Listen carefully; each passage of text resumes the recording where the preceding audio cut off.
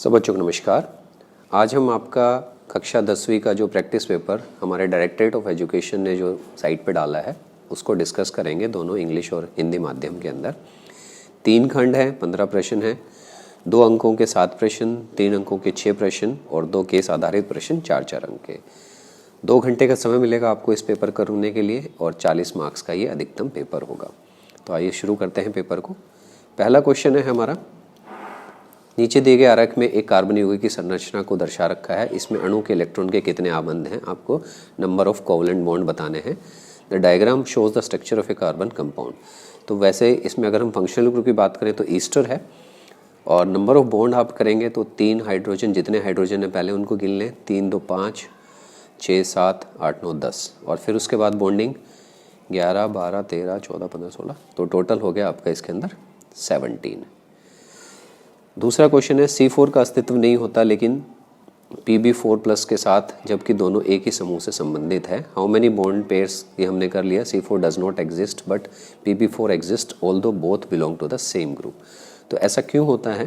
क्योंकि जो C4 का जो आकार है, या ये कहें कि कार्बन जो है वो काफ़ी छोटा एक एलिमेंट है जबकि Pb बड़ा है, जिसकी वजह से कार्बन के न्यूक्लियस में 6 प्रोटॉन हैं तो उसमें से 4 इलेक्ट्रॉन्स को रिमूव करना मुश्किल हो जाता है क्योंकि वो नज़दीक है। अगर आप देखो कि शेल के हिसाब से भी तो इसमें जो है वो 2 शेल्स के अंदर ही हैं, तो इस कारण से उनको निकालने के लिए ज़्यादा एनर्जी चाहिए, इसलिए C4+ नहीं बन पाएगा जबकि जो है आपका Pb4+ बन जाता है।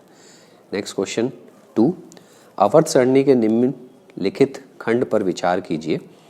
पहले एक ए में आपको जो है आवर्त 1 2 13 14, द्वितीय आवर्त में लिथियम और कार्बन, तृतीय आवर्त में Mg Al, सिलिकॉन, एल्यूमिनियम चतुर्थ में।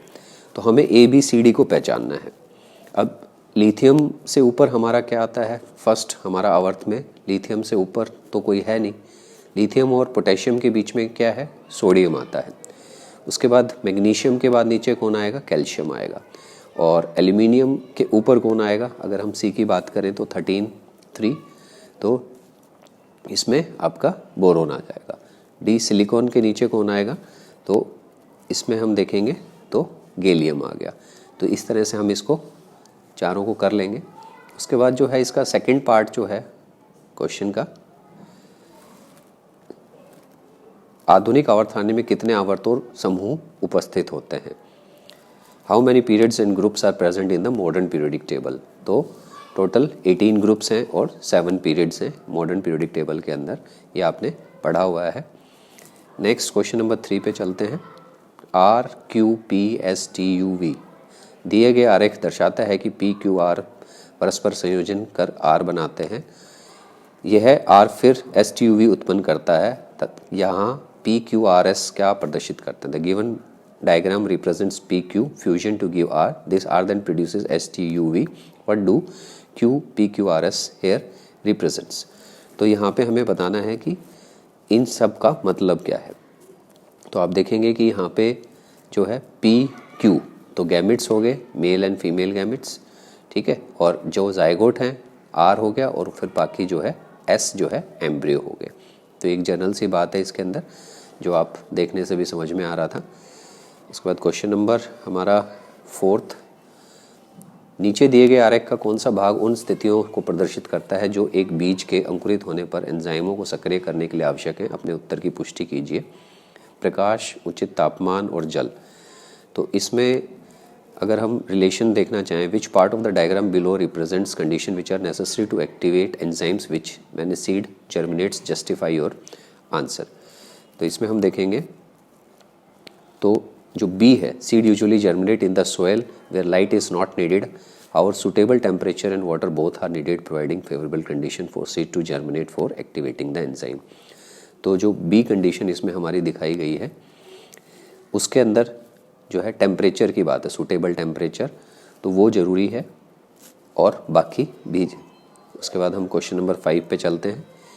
एक नीले रंग के फूल के पौधे को हम B और B द्वारा निरूपित किया जाता है, जो कि एक सफ़ेद रंग के फूल वाले पौधे के साथ संकरण होता है, तो जिसे BB द्वारा दर्शाया गया है।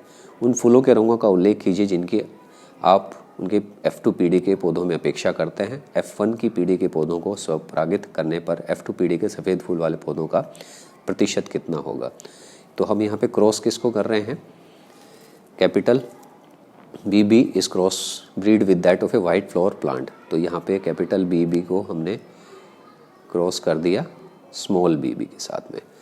तो इसमें जो है state the colour of flower you would expect in the F2 generations. तो F1 जनरेशन्स में तो हमारा क्या होगा कि जो कैपिटल B और स्मॉल b मिल जाएगा, लेकिन जब इसको हम क्या करेंगे, सल्फिंग करेंगे, तो हमें रेशो जो मिलेगा वो 3:1 मिल जाएगा और उसी के हिसाब से इसके कलर्स होंगे। तो इसमें हम क्रॉस करके दिखा रखा है, उससे भी समझ सकते हैं कि हमने सबसे पहले ब्लू फ्लावर को वाइट फ्लावर से क्रॉस किया, गैमेट्स जो बने F1 जनरेशन में सारे ये मिल गए, F1 जनरेशन में सारे ब्लू होंगे, उसको हमने फिर सेल्फिंग करवाई तो हमें 3 ब्लू मिलेंगे और 1 वाइट, तो 3:1 इसके अंदर हमें मिलेगा, जो कि हम बात कर रहे थे।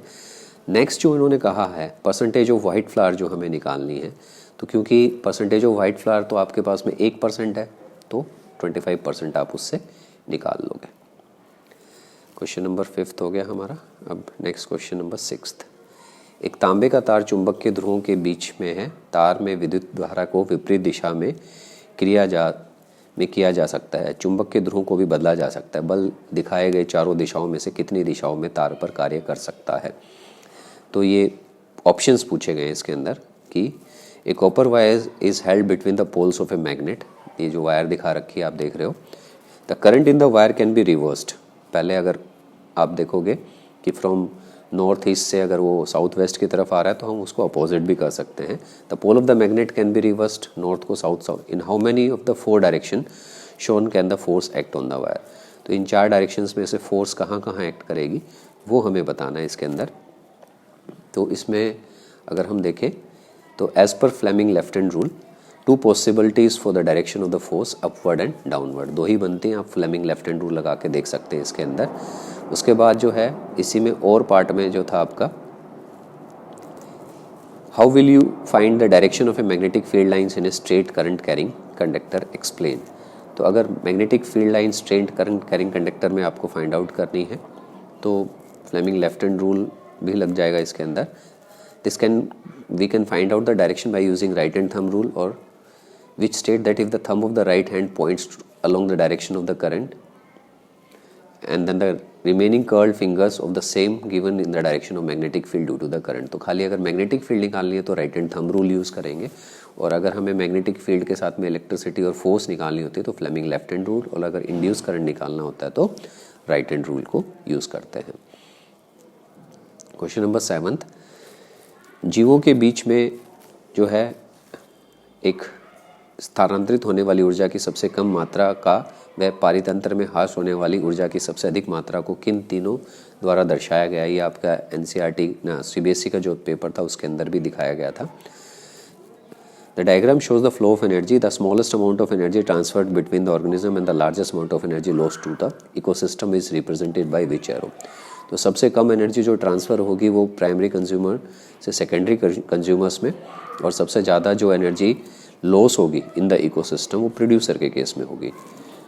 B and C। About 90% of the chemical energy received by the rabbit is utilized for metabolic activity and lost as heat and undigested matter, and only 10% is used for the growth and formation of new tissues। इसी में और part में हम देख लेते हैं कि कौन कौन से क्वेश्चन है हमारे। समताप मंडल में ओजोन की कमी का मुख्य कारण कुछ रसायनों का वायु में उपस्थित होना है। ऐसे किसी रसायन का नाम बताइए।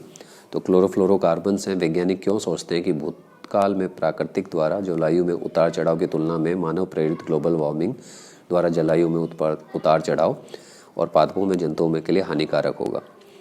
तो presence of some chemicals in air in the main cause of decrease in ozone in stratosphere. तो CFCs हम लिखेंगे इसमें, chlorofluorocarbon. And why do scientist think that human induced global warming will be more. क्योंकि human beings जो हैं इतनी सारी चीज़ों को यूज़ कर रहे हैं जिससे कि कार्बन डाइऑक्साइड बढ़ रही है, उसकी वजह से चेंजेस ये होंगे, तो इसलिए हम कह सकते हैं ह्यूमन इंड्यूस्ड है। तो ये सेक्शन A के आपके हो गए। अब हम सेक्शन B के ऊपर चलते हैं। सेक्शन B 3 मार्क्स क्वेश्चन जो है हमारे एक तत्व X हाइड्रोजन के संयोग करके यौगिक XH3 बनाता है। तत्व X को आवर्त सारणी के दाईं ओर रखा गया है आपके पीरियोडिक टेबल के राइट साइड में, और वो हाइड्रोजन के साथ जुड़ रहा है। तो आपको क्या बताना है, वह धातु है या अधातु है, इसके संयोजक इलेक्ट्रॉन की संख्या, ये कौन सा तत्व है।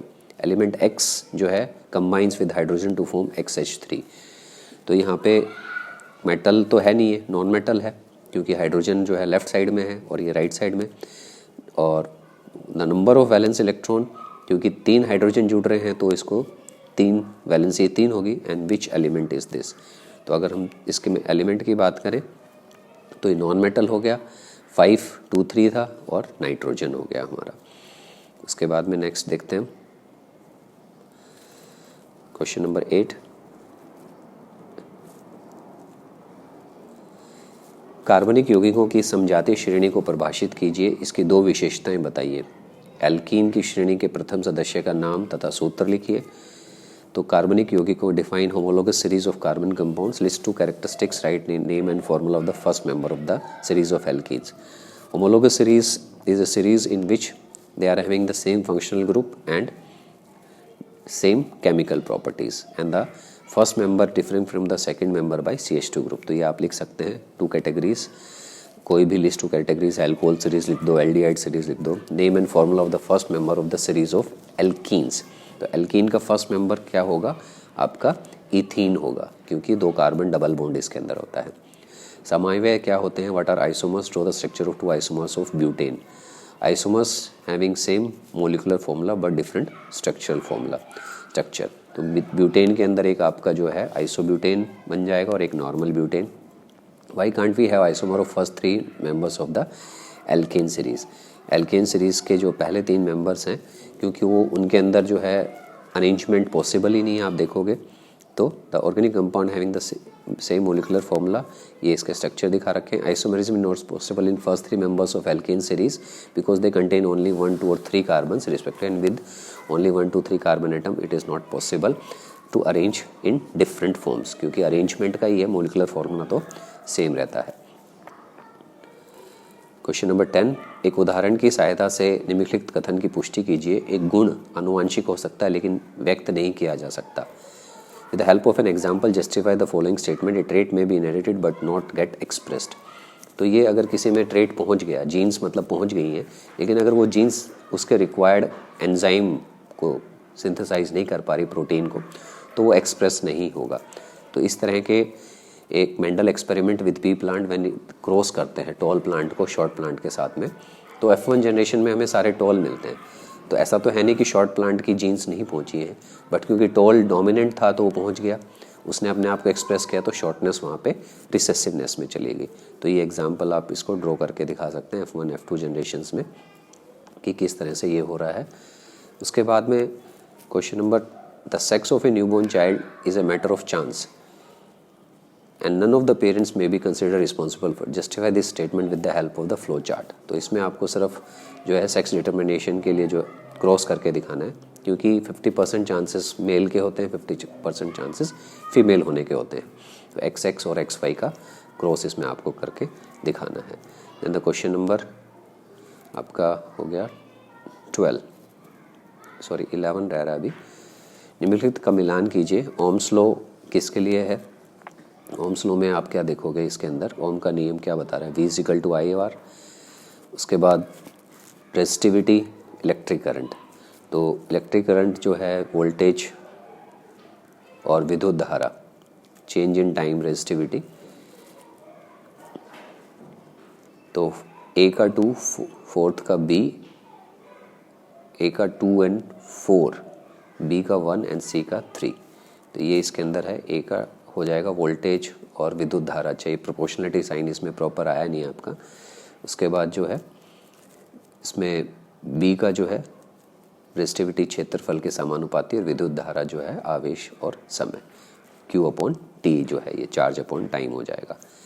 क्वेश्चन नंबर 12, 2 आवेशों को 118 वोल्ट के एक बिंदु से 128 के एक बिंदु तक ले जाने में कितना कार्य किया गया है, और how much work is done in moving a charge of 2 coulombs from a point of 118 volt to a point of 128 volt. तो इसके अंदर हम formula W = Q/T, W 10/2, 20 joules हो जाएगा ये। और इसी के साथ में दूसरा जो है आपका, अगर हम देखते हैं numerical problem, bending of a wire does not affect its electrical resistance, explain it. Two unequal resistance are connected in parallel, what would you say about potential difference across the both? Student carries out a experiment and plots the VI graph as shown in above two samples of nichrome wire having resistance R and RB respectively. Which wire has greater resistance? तो अगर bending of wire does not affect the electrical resistance, explain it, क्योंकि bend अगर wire कर रहे हैं आप तो उसके अंदर क्या होगा, R is equal to L/A, तो लेंथ के साथ डायरेक्टली प्रोपोर्शनल है, ठीक है ना। तो लेंथ अगर शॉर्ट हो गई है तो वो रेजिस्टेंस भी कम हो जाएगा, बट वहाँ पे लेंथ तो शॉर्ट हुई नहीं है, तो इसलिए कुछ चेंजेस नहीं होंगे उसके अंदर। उसके बाद two unequal resistance are connected in parallel, what would you say about the potential difference? अगर हम दो अनइक्वल रेजिस्टेंस को पैरेलल में कनेक्ट कर रहे हैं, पोटेंशियल डिफरेंस जो है सेम रहेगा। और जो थर्ड पार्ट था हमारा इसका, student carries out an experiment and plot having resistance RA and RB, which wire has the greater resistance? तो greater resistance कौन से वायर का होगा इसमें, जब सेम है उसके अंदर प्लॉट करते हुए, तो वायर B के अंदर होगा। तो इसको आप प्लॉट करके भी देख सकते हैं, उसके हिसाब से आ जाएगा ये आपका आंसर। उसके बाद हमारा है क्वेश्चन नंबर, सेक्शन C शुरू हो गया है। सेक्शन इसका एक क्वेश्चन रह रहा है, आहार श्रृंखला में ऊर्जा का प्रवाह एक दिशित होता है, यूनिडायरेक्शनल फ्लो ऑफ एनर्जी। तो आपने फूड चेन में देखा होगा कि हम जब भी एरो बनाते हैं तो इस तरह से बनाते हैं, A से B, B से C, मतलब प्रोड्यूसर, प्राइमरी कंज्यूमर, तो एक ही दिशा में, क्योंकि इसने जो एनर्जी इसको दे दी तो वो वापस इसमें नहीं आएगी, जितना यूज़ करेगा उतनी इसके पास रहेगी, बाकी ऊपर चली जाएगी, तो इसलिए यूनिडायरेक्शन। रिप्लेसिंग ऑफ प्लास्टिक कवर और selling T on train is preferred, तो इसमें जो है इन्वायरमेंट के हिसाब से, क्योंकि प्लास्टिक जो है वो इन्वायरमेंट में यूज़ अप नहीं करते, ऐसे एंजाइम्स नहीं है। The concentration of harmful chemical is more in human beings, आप इसके अंदर बायोलॉजिकल मैग्नीफिकेशन की बात करोगे। तो इस तरह से ये जो है आपका सेक्शन B कंप्लीट हो गया। सेक्शन C के अंदर मेंडलियन क्रॉस के F2 पीढ़ी के परिणामों के संबंध में दी गई तालिका, गोल व पीले रंग के बीज वाले पौधे 315, हरे रंग के 108, 101 और 32। F2 पीढ़ी के लिए आंकड़ों के संबंध में F1 पीढ़ी के भौतिक लक्षण प्रकार कौन सा होगा? तो क्योंकि F1 में तो सारे के सारे जो है आपके गोल व पीले रंग के होंगे जो सबसे ज़्यादा है। F2 पीढ़ी के लिए परिणाम संबंध पैतृक पीढ़ी का जीन लक्षणों जीनोटाइप का प्रकार कौन सा होगा? अब इसमें हमें जीनोटाइप बताना है, तो आपको ध्यान में रखना है गोल व पीले रंग के बीज वाले पौधे जो हैं ये एक पेरेंट होंगे, और जो है झुर्रीदार और हरे रंग के बीज वाले पौधे ये दूसरे पेरेंट होंगे। जो सबसे ज़्यादा और सबसे कम होते हैं वो उनके पेरेंट्स मान ले जाते हैं। युग्मक क्या होते हैं? YYRR द्वारा कितने प्रकार के युग्मक उत्पन्न किए जा सकते हैं? इसका बड़ा अच्छा तरीका होता है कि आप इनको ब्रैकेट्स में रख लो, YY,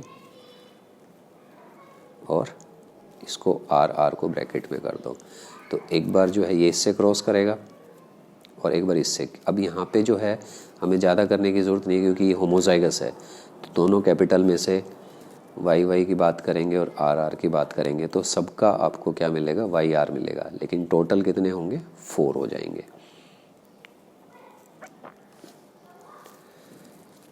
नीचे आप इसमें चेक कर सकते हैं आंसर की के अंदर, ये हमने कर लिया। Gametes are organism reproducing cell, YY, RR and Y, ये हो गया हमारा पेरेंट्स का। And plants with round and yellow coloured seeds हो गया। 50% plant with wrinkled and yellow coloured seeds and 50% plants with the green coloured.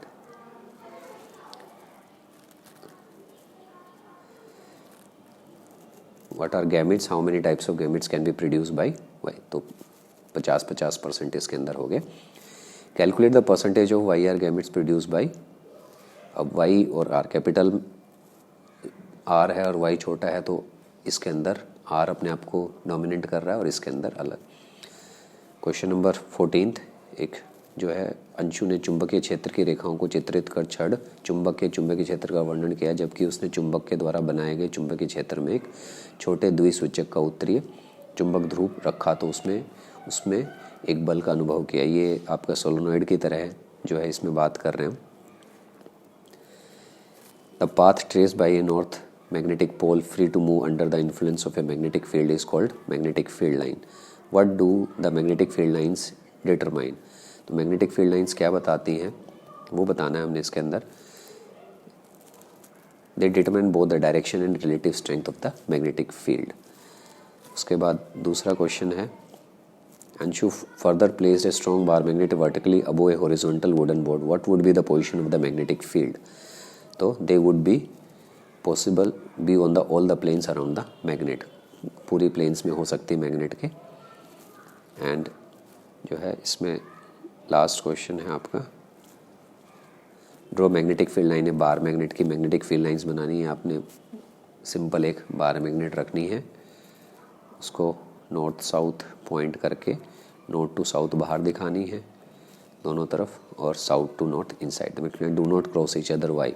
तो इसलिए cross नहीं करते कि उसके अगर क्रॉस करेंगे तो मैग्नेटिक पोल्स एक पॉइंट पे दो हो जाएंगे, जो कि पॉसिबल नहीं है क्योंकि पोल्स तो एक ही होते हैं। तो इसलिए they never intersect each other. Hope you understand it. Thanks for watching.